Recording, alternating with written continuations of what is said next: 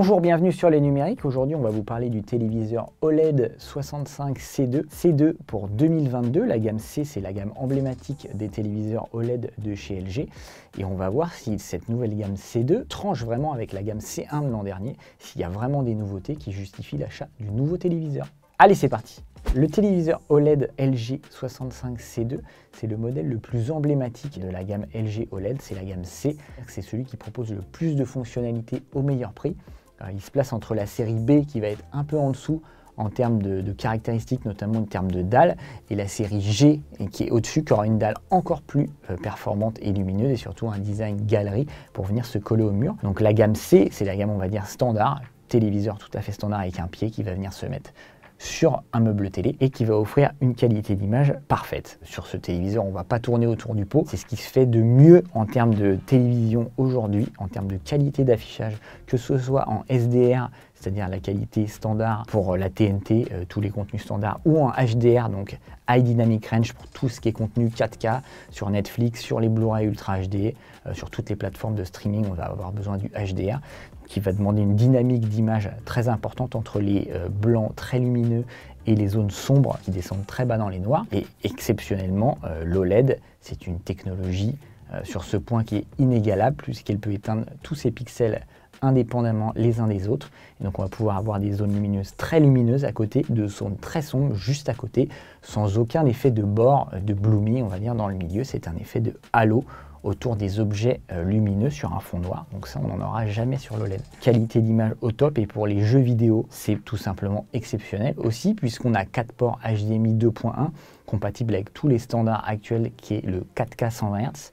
On va retrouver aussi l'ALLM, donc c'est l'Auto Low Latency Mode pour les experts. C'est une technologie qui permet de switcher automatiquement en mode jeu lorsqu'une console de jeu est détectée. On va retrouver aussi le eARC, qui est l'Enhanced Audio Return Channel. Donc c'est en fait ce qui permet de renvoyer le signal audio vers une barre de son. C'est la nouvelle version améliorée qui permet de renvoyer le signal audio sans aucune perte. Donc on va pouvoir avoir du contenu Dolby Atmos multicanaux, DTS:X multicanaux directement sur une barre de son sans aucune perte. Voilà pour les standards du HDMI 2.1, et on aura aussi le fameux VRR, Variable Refresh Rate, qui va pouvoir faire varier la fréquence de rafraîchissement de l'affichage en fonction du nombre d'images envoyées par la console en temps réel, ça pour éviter les déchirements de l'image, phénomène qu'on a bien connu sur PC. C'est une technologie qui est apparue d'abord sur les PC et qui s'est déportée sur les nouvelles consoles de jeu. Il faut savoir qu'aujourd'hui, c'est compatible que avec la Xbox Series XS et les Xbox One S et X, parce que PlayStation n'a toujours pas de mode VRR, même sur la PlayStation 5. Il n'y a toujours pas de mode VRR, mais ils nous le promettent pour cette année. En tout cas, ce téléviseur est compatible avec tous les modes de jeu. En termes de rémanence, l'OLED, c'est une technologie encore là inégalée en termes de rémanence, puisqu'elle est en dessous de la milliseconde. On est même à 0,1 milliseconde de temps de rémanence. Donc c'est le temps que vont mettre chaque pixel à changer d'état. Donc il change très vite d'état, ce qui permet d'éviter les effets de flou qu'on a sur les téléviseurs LCD. On va retrouver un flou derrière les objets en mouvement, ça s'appelle le ghosting, qu'on retrouve aussi sur les moniteurs PC les plus lents. Sur les moniteurs gamers, c'est des phénomènes qui sont beaucoup moins visibles, puisqu'ils sont très réactifs. Mais l'OLED est une technologie inégalée, puisque les meilleurs moniteurs pour jeux LCD descendent à 3 millisecondes, on a mesuré 3 millisecondes à 4 millisecondes. L'OLED, on ne peut pas mesurer en dessous, puisque c'est 0,1 milliseconde, et nos outils de mesure n'arrivent pas à mesurer la vraie vitesse de l'OLED, tellement ça va vite. En termes de retard à l'affichage, donc là ça va être le retard entre l'action effectuée à la manette et son apparition à l'écran. On est en dessous de 10 millisecondes. Donc là encore, c'est ce qu'il y a dans le haut du panier des téléviseurs. On est largement en dessous d'une image par seconde à 60 Hz. Donc il n'y a aucun décalage entre ce qu'on va faire à la manette et la répercussion à l'écran. Pour finir, il est parfaitement calibré en mode jeu, ce téléviseur. Il suffit de, vous irez sur le test voir, il y a un petit réglage à faire pour récupérer la température des couleurs au bon niveau pour être vraiment calé sur les standards, mais c'est vraiment un sans faute au niveau du jeu vidéo. Il n'y a aucun problème, c'est vraiment le téléviseur parfait pour jouer, que ce soit sur console ou sur PC, puisqu'il est compatible en plus G-Sync et FreeSync, en plus de l'HDMI VRR. Donc on s'est évidemment concentré sur la qualité d'image en mode cinéma, et c'est le mode FileMaker Mode sur ce téléviseur qui est très proche du mode cinéma, qui offre la meilleure qualité d'image. En SDR, on a mesuré un delta E, donc c'est l'écart entre les couleurs demandées et les couleurs affichées, de seulement 1,3, sachant que l'œil ne discerne plus les nuances de couleurs en dessous d'un delta E de 3, et toutes les couleurs sont parfaites. Le gamma est mesuré à 2,32 avec une courbe parfaitement stable. Le gamma, c'est les niveaux de gris, donc c'est une courbe standardisée qui va déterminer le fait de reproduire des gris très clairs et des gris très sombres. Il faut être dans une certaine marge, et là c'est encore très très bon. Au niveau de la température des couleurs, si les couleurs virent trop vers le rouge ou vers le bleu, pareil, il y a un standard, c'est 6500 Kelvin, et là le téléviseur est mesuré à 6650 Kelvin, donc on est très proche des 6500 Kelvin de référence. Et donc on est en gros véritablement en phase avec ce qu'attendent les réalisateurs de films d'Hollywood, etc., qui calibrent leurs films sur des écrans calibrés sur ces normes et s'attendent à ce que vous le regardiez de la même façon à la maison. Au niveau du HDR, également la colorimétrie est mesurée avec un delta E qui est seulement de 2,1, donc là on est encore largement en dessous de la valeur de 3 sur toutes les couleurs. Donc toutes les couleurs affichées correspondent à celle demandée et à celle de la vision du réalisateur. On est toujours en mode FileMaker Mode. En termes de luminosité, on va dépasser très légèrement les 800 candela par mètre carré. Donc c'est un chiffre qui est excellent pour un téléviseur OLED, sachant que l'an dernier, sur le C1, donc son prédécesseur, on avait mesuré 740 candela. C'est pas un gain qui est énorme, mais c'est un gain qui est suffisant, et en tout cas qui justifie l'intégration de cette nouvelle dalle Evo, donc OLED Evo, qu'on retrouvait l'an dernier sur la gamme du dessus, sur la gamme G1.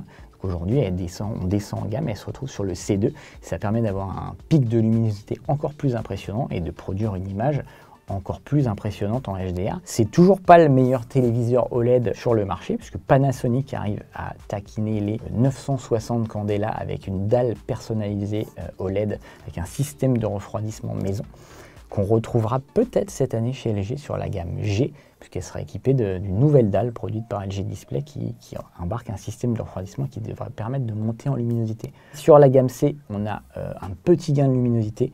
On va dire que pour l'instant, ça ne justifie pas l'écart de prix, mais c'est très très appréciable. En plus du pic de luminosité, on a la couverture colorimétrique qui est important. Ici, on couvre 97% de l'espace colorimétrique DCI-P3. DCI-P3, c'est l'espace qui est majoritairement utilisé par les contenus au cinéma et par les séries télé, notamment sur Netflix. C'est un peu le standard Ultra HD. Même si c'est le Rec 2020 qui fait foi dans le cinéma, le Rec 2020 est encore aujourd'hui trop large et il y a très peu d'écrans qui peuvent afficher du Rec 2020. Par exemple, ce téléviseur OLED se contente de 72% des couleurs. On n'arrive pas à afficher 30% des couleurs, ce qui est énorme, mais aucun téléviseur quasiment sur le marché n'arrive à faire mieux. Il n'y a que très peu de téléviseurs LCD qui montent à 80% du Rec 2020. Donc l'OLED fait déjà des prouesses, même sur le Rec 2020. Il y a très peu de films qui prennent en charge l'espace colorimétrique élargi du Rec 2020. Donc avec le DCI-P3 à 100% ou quasiment 100%, on est déjà très très large et on va couvrir quasiment tous les spectres de couleurs dans le cinéma actuel. On va parler du filtre anti-reflet, et les téléviseurs sont souvent décriés à tort pour la qualité de leur filtre anti-reflet, alors que finalement c'est l'un des meilleurs du marché, puisque nous on mesure à peu près 25% de reflet par rapport à un miroir, ce qui est très très bon. Les seuls téléviseurs qui arrivent à faire mieux, c'est les modèles de chez Samsung, les modèles très haut de gamme qui sont souvent vendus plus cher que les modèles OLED, qui bénéficient d'un filtre anti-reflet encore plus performant,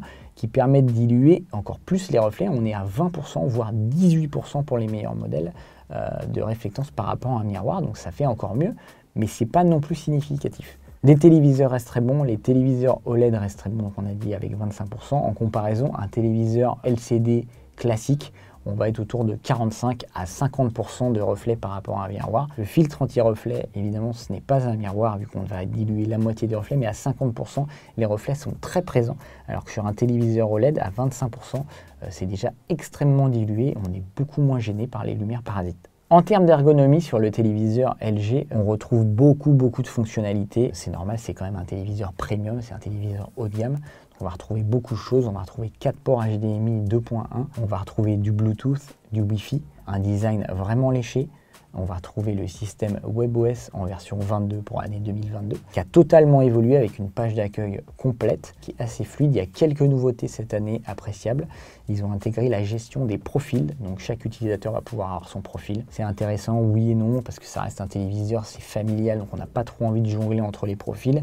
Si on en a marre d'avoir des suggestions pour ses enfants, on appréciera d'avoir son profil sur la page d'accueil. On a aussi un mode, on va dire picture in picture, qui va permettre de pouvoir mettre côte à côte, on va dire une source extérieure comme une console de jeu et une application, par exemple comme YouTube, où on va pouvoir caster depuis son téléphone en AirPlay, par exemple depuis un iPhone, sur le téléviseur tout en utilisant une autre source. Donc ça, c'est plutôt appréciable comme fonctionnalité. Et la grosse nouveauté sur ce modèle, c'est l'intégration du micro directement dans le téléviseur, une fonctionnalité qui était réservée l'an dernier au modèle haut de gamme de la série G et Z. Donc cette année, ça descend sur la série C. C'est une fonctionnalité plutôt appréciable puisqu'on va pouvoir contrôler son téléviseur à la voix en disant ILG met TF1, il va pouvoir mettre TF1, ILG lance YouTube, il va lancer YouTube, même téléviseur éteint. Ils ont même une fonctionnalité qui s'appelle Always Ready qui va permettre d'afficher du contenu sur une partie de l'écran, par exemple en disant ILG quelle est la météo, il va afficher la météo en bas du téléviseur de manière assez simple et discrète. Il va nous dire la météo avec une voix assez robotisée quand même qui n'est pas super agréable, mais bon, font des efforts et ensuite le téléviseur se remet en veille. C'est vraiment une fonctionnalité sympathique. Ça ne fait pas la différence, mais WebOS reste l'un des systèmes les plus réactifs du marché. Ça démarre à froid, c'est-à-dire quand on branche la prise, ça démarre en moins de 8 secondes, voire 7 secondes. Évidemment, ça se met en veille instantanément, malgré l'apparition d'un logo LG, mais on vous expliquera comment l'enlever dans un article dédié. Et il se réallume en moins de 4 secondes, donc ça c'est vraiment des petites prouesses qui permettent de profiter son téléviseur très vite. En comparaison, un téléviseur Android TV, au branchement sur la prise, il faut entre 35 et 45 secondes pour qu'il s'allume, donc c'est très lent. Heureusement que la mise en veille est instantanée et que la sortie de veille aussi prend moins de 5 secondes. LG sur ce point est très bon, le système est très réactif, il y a beaucoup de fonctionnalités, on retrouve toutes les applications majeures du marché aujourd'hui, OCS, MyCanal, Netflix bien sûr, Amazon, Disney+, toutes les applications majeures. Il leur manquait MyCanal encore l'année dernière, c'est arrivé en fin d'année dernière. Donc on ne peut plus trop leur reprocher grand chose. Ils sont même compatibles avec Alexa, l'assistant Alexa, il y a un bouton dédié sur la télécommande. Ils sont compatibles avec l'assistant Google via un bouton dédié sur la télécommande, puisqu'il y a toujours un micro dans la télécommande. Donc on a accès à quasiment toutes les fonctionnalités, on va dire, connectées de la maison. Et ça, c'est plutôt appréciable, sachant qu'ils suivent assez bien le système au fil de la vie du téléviseur, même s'il faut, comme pour tous les téléviseurs, s'attendre à une fin de mise à jour au bout de 2 ou 3 ans. Donc attention quand même à ne pas tout miser sur les fonctionnalités connectées du téléviseur. Autre point qui n'intéresse quasiment personne dans le domaine des téléviseurs, LG a réussi la prouesse de diviser le poids de son téléviseur par 2. Alors oui, ça ne sert à rien puisque quand le téléviseur est posé sur le meuble télé, qu'il fasse 16 kg ou 32 kg, c'est la même chose. Mais ça a tout de même un impact en termes environnemental puisque le transport, comme c'est plus léger, va coûter moins cher. On va pouvoir en mettre plus, on va consommer moins d'essence. Donc on trouve que c'est quand même un bon point. On est d'accord qu'au quotidien, ça ne sert à rien, mais on trouve que la démarche environnementale est bonne sur ce point. Pour ce faire, ils ont quand même retiré l'arrière en métal du téléviseur, l'arrière de la dalle en métal pour remplacer par un arrière en composite, à les comprendre en plastique. On ne sait pas si c'est vraiment écologique pour le coup. Le pied est également beaucoup plus petit, beaucoup plus compact que l'ancien modèle. Le design est un peu plus travaillé puisqu'on voit la dalle entièrement derrière, alors que avant l'électronique couvrait une partie du téléviseur sur la partie inférieure. Là, on a vraiment la dalle qui apparaît partout derrière le téléviseur, donc c'est très joli. C'est très réussi, c'est beaucoup plus léger. Donc saluons l'effort sur ce point et en tout cas ce sera plus facile pour vous à installer à la maison puisqu'il est quand même 2 fois moins lourd. Au niveau de la connectique, si on a tout ce qu'il nous faut, de l'Ethernet qui est toujours en 100 mégabits, dommage on n'est toujours pas passé au gigabit, mais aucun fabricant télé ne propose du gigabit Ethernet. On a 3 ports USB qui sont aussi limités au 2.0 et pas en 3.0.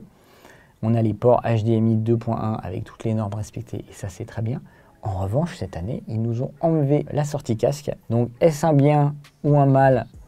On ne sait pas vraiment. En tout cas, retirer des choses pour le même prix, ça fait toujours un peu mal. On ne sait pas s'il y a beaucoup de gens qui utilisent vraiment une sortie jack sur les téléviseurs. Sûrement pour les dispositifs sans fil. On sait très bien qu'il y a beaucoup de dispositifs sans fil qui sont branchés parce que c'est plus simple à faire sur la sortie casque d'un téléviseur pour ensuite renvoyer vers un casque dédié. Mais il y a du Bluetooth, multipoint, donc on va pouvoir normalement connecter un casque et écouter sur un casque en plus d'écouter sur la télé le son des enceintes intégrées. On n'est quand même pas très content qu'ils aient enlevé la prise casque. Après, c'est le sens de l'évolution. Ça a disparu de quasiment la totalité des smartphones du marché. Sur les téléviseurs, Samsung avait déjà retiré la prise casque il y a 2 ans auparavant. Et là, c'est au tour d'LG. Il va falloir s'y faire, malheureusement. Au niveau du système audio sur le papier, c'est pas très impressionnant puisqu'on a 2 enceintes et 2 caissons de basse pour une puissance totale de 40 watts. Et pourtant, LG fait du très bon boulot puisque ce téléviseur produit un son vraiment excellent pour un téléviseur.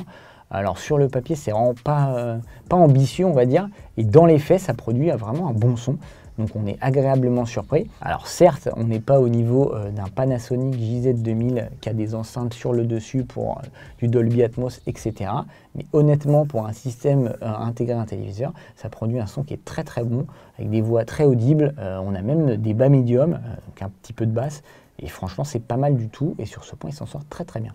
Enfin, un point sur la consommation. La bonne nouvelle, c'est que ce modèle consomme moins que le modèle de l'an dernier, probablement dû à l'intégration de la nouvelle dalle OLED Evo qui doit être un peu plus efficace en termes de luminosité et aussi peut-être avec l'optimisation de l'électronique. Puisque ce téléviseur LG 65C2 consomme 72 watts par mètre carré alors que le précédent modèle C1 à plus de 90 watts par mètre carré. On a vraiment une différence flagrante, on va dire, qui est importante. Et c'est très bien que la technologie OLED consomme de moins en moins au fil des ans. Et ça prouve que LG travaille sur l'efficacité de sa technologie d'affichage. Et c'est très très bon pour nous. En tout cas, on est très content que les téléviseurs OLED consomment de moins en moins, sachant que ça commence à être le point faible des modèles OLED et qu'on voit qu'ils ont travaillé d'une année sur l'autre.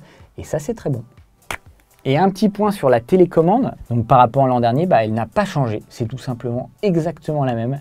La Magic Remote dans sa nouvelle version avec puce NFC pour jumeler son smartphone plus facilement avec son téléviseur. C'est une très bonne télécommande, nous on apprécie beaucoup cette télécommande. En fait, les piles sont placées en bas, il y a un centre de gravité très bas et qui permet de la maintenir dans la paume de la main très facilement. Ça, c'est vraiment très très appréciable. Seule chose qu'elle n'a toujours pas, c'est les touches rétroéclairées. Alors oui, c'est une option très haut de gamme qui sert aux amateurs de cinéma, puisque pour retrouver ces touches dans le noir, mais ça existe notamment chez Sony. Ils ont une télécommande avec un capteur de mouvement et un capteur de luminosité qui va détecter automatiquement qu'on est dans le noir et afficher les touches quand on bouge la télécommande. C'est une fonctionnalité qui coûte cher à intégrer dans une télécommande. On comprend pourquoi LG ne le met pas, mais on aime bien titiller LG sur ce point en leur disant que leur télécommande manque toujours du rétroéclairage. Pour le reste, on retrouve encore le pavé numérique. Ça, c'est aussi une bonne chose, on trouve. Vouloir trop simplifier les télécommandes, du coup, on en perd des fonctionnalités, sachant que le pavé numérique sur les télécommandes LG sert en fait d'accès rapide. On peut paramétrer par bouton une application. Il suffit de rester appuyé sur le bouton 0 pour activer le Quick Access. On va pouvoir paramétrer les touches. Ensuite, par exemple, il suffira d'appuyer sur 1 longuement pour lancer directement YouTube, d'appuyer sur 2 pour aller directement sur la chaîne numéro 15. On choisit vraiment ce qu'on veut sur le bouton et ça, c'est vraiment aussi une très bonne idée. C'est très simple à mettre en place, mais c'était des bonnes idées. Et ensuite, on va retrouver évidemment les boutons d'accès direct pour les services comme Netflix, Prime Video, Disney+, Rakuten et les 2 assistants vocaux Google Assistant et Amazon Alexa. Télécommande très très complète avec sa molette. Et elle a aussi un gyroscope qui va afficher un pointeur à l'écran qui va vous permettre de sélectionner plus facilement les choses. C'est surtout très utile pour rentrer les mots de passe parce que ça va beaucoup plus vite que de naviguer sur le clavier avec les flèches. Voilà pour cette télécommande qui, malgré tout, fait un très bon boulot. Pour l'avoir utilisé pendant plusieurs années, l'ancien modèle a subi assez bien les chutes et les chocs. C'est toujours le même pour celle-là. Donc franchement, c'est une bonne télécommande, très appréciable.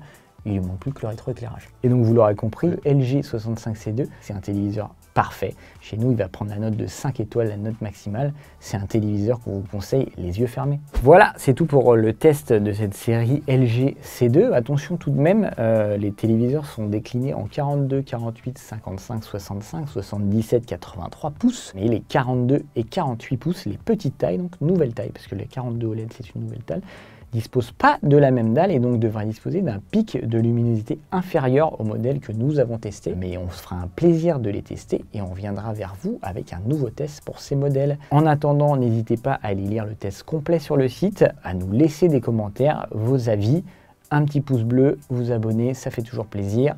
Merci à tous et à bientôt.